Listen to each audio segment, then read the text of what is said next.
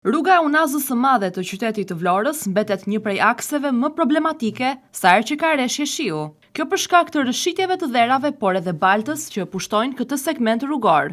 Një situatë ngjashme është hasur edhe përgjatë kësaj të mërkure në segmentin rrugor në zonën e Centrales. Në këtë zonë, dherat por edhe balta nga pjesa kodrinore e qytetit ka përfunduar në rrugë. Rruga e Centrales, siç njihet ndryshe, mëngjesin e kësaj të mërkure, por edhe për shumë orë në vimësi, ka qenë në total e pushtuar nga balta dhe dherat që kishin përfunduar aty në një pjesë të konsiderueshme të gjatësisë së këtij segmenti rrugor.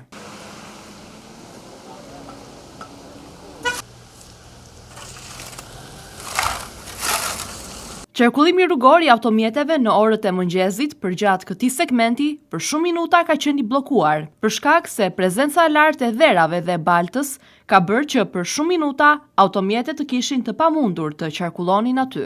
Me raportimin e kësaj problematike, ka ndërhyrë menjëherë ndërmarrjet në varësi të Bashkisë së Vlorës.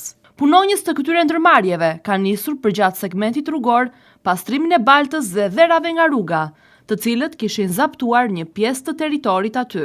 Ndërhyrja ka qenë në kohë edhe për faktin se kjo rrugë është kthyer në të rrëshitshme, çka mund të rrezikonte makinat që lëviznin aty, duke u shndërruar në burim aksidenti.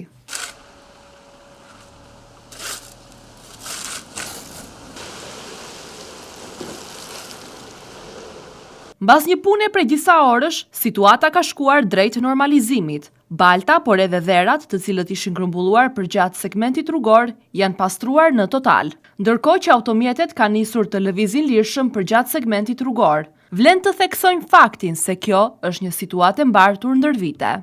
Një situatë e cila ndodh në këtë segment sa herë që ka rreshje shiu dhe përpasoj shkakton bllokimin e kësaj rruge për shumë minuta, por edhe një sër problematikash në këtë zonë. Pavarësisht problematikës së evidentuar ndër vite, asnjë mas nuk është marrë për frenimin e këtij fenomeni.